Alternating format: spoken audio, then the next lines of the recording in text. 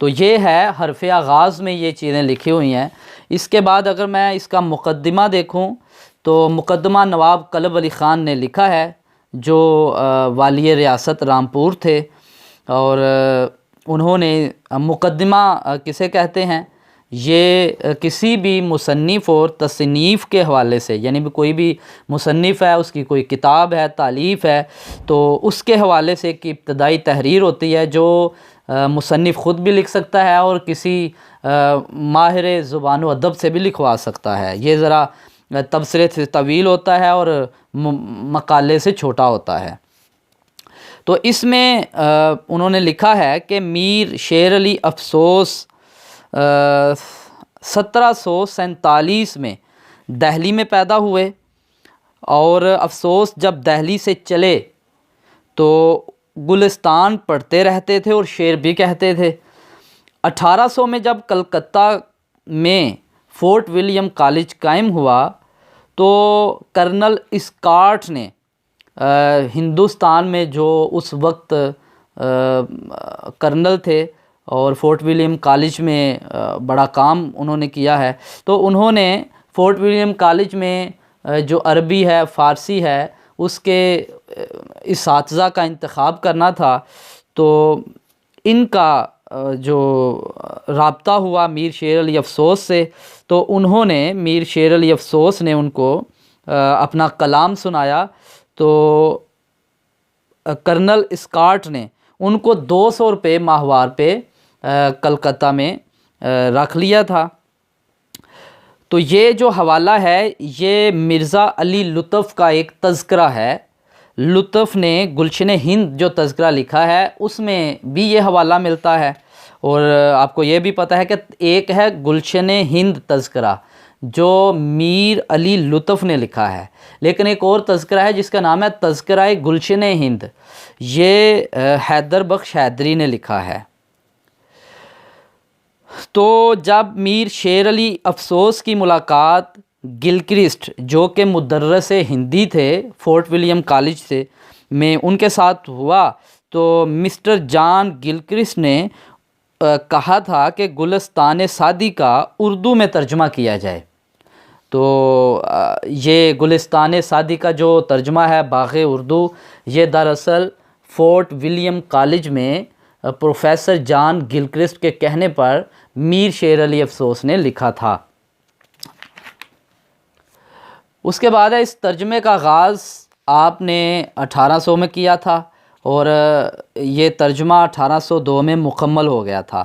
جب یہ ترجمہ مکمل ہوا تو 400 روپے انعام بھی دیے گئے آپ کو۔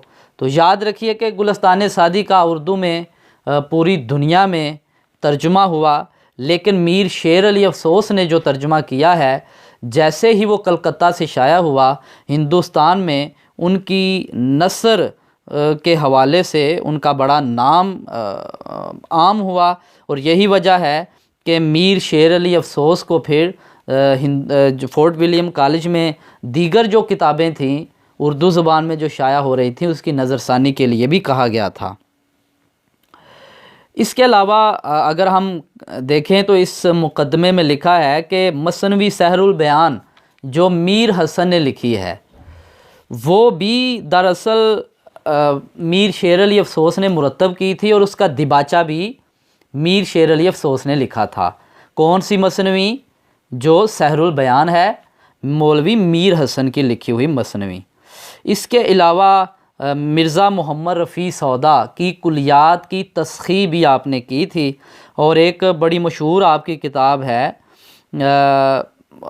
خلاصۃ التواریخ، اس کا ترجمہ بھی آپ نے کیا تھا آرائش محفل کے نام سے۔ یہ بھی میر شیر علی افسوس کی کتاب ہے جو تاریخ پہ مشتمل ہے، اور یہ نثری کتاب ہے، اور کس کا ترجمہ ہے؟ خلاصۃ التواریخ کا۔ تو یہ تمام جو حوالے میں آپ کو دے رہا ہوں یہ بڑے مستند حوالے ہیں۔ کوشش کیجئے کہ جو لیکچرار اردو کی تیاری کر رہے ہیں خاص طور پر، یا دیگر کسی بھی مقابلہ جاتی امتحانات کی تیاری کر رہے ہیں، وہ ان کو لازمی نوٹ کر لیں۔ آرائش محفل کے بعد افسوس نے جو علمی خدمات فورٹ ولیم کالج میں انجام دیں، ان کی کوئی دستاویزی ثبوت ابھی تک میسر نہیں ہے۔ اور اینڈ پہ وہ لکھتے ہیں کہ 1809 میں میر شیر علی افسوس کا انتقال ہو گیا تھا۔ تو پیدا کب ہوئے تھے؟ 1747 میں دہلی میں پیدا ہوئے اور کلکتہ میں آپ نے انتقال کیا 1809 میں۔ تو مشہور و معروف جو کتابیں ہیں اس کا حوالہ عبد الغفور نصاح کا لکھا ہوا تذکرہ سخن شعراء میں بھی ملتا ہے۔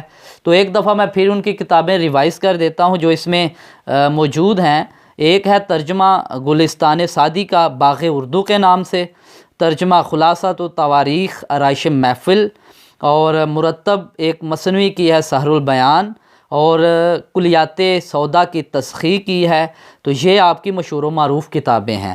لیکن اس کے علاوہ بھی آپ نے مذہب عشق جو نہال چند لاہوری نے لکھی ہے، مذہب عشق، وہ کتاب کی نظر ثانی بھی آپ نے کی ہے۔ اس کے علاوہ نثر بے نظیر جو حسینی نے لکھی تھی، نثر بے نظیر، اس کی نظر ثانی بھی آپ نے کی تھی۔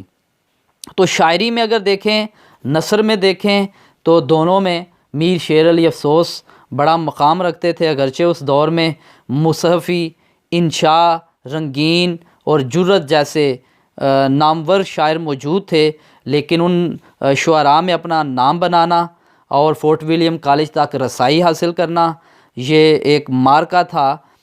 نثر میں دیکھیں تو آپ نے 2 کتابیں جو لکھی تھیں، ایک تو یہ میرے ہاتھ میں ہے باغ اردو، اور دوسری آرائش محفل، وہ بھی میرے پاس موجود ہے، انشاءاللہ اس پہ بھی میں کسی دن تبصرہ دوں گا۔ تو یہ تھا مقدمہ اس کتاب کا۔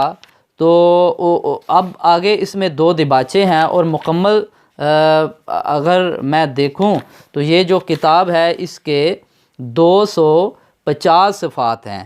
تو بہت خوبصورت کتاب ہے، حکایات پہ مبنی ہے، اور یہ ایسی حکایات ہیں کہ جو انسان کی زندگی کے ہر شعبے میں کام آتی ہیں، اور ہر اس میں محنت، کوشش، اخلاقیات، مثالی کردار، خواہش نفس، جو نفسیاتی خواہشات ہیں اس سے پرہیز اور خدا کی طرف رجوع کا پیغام ہے۔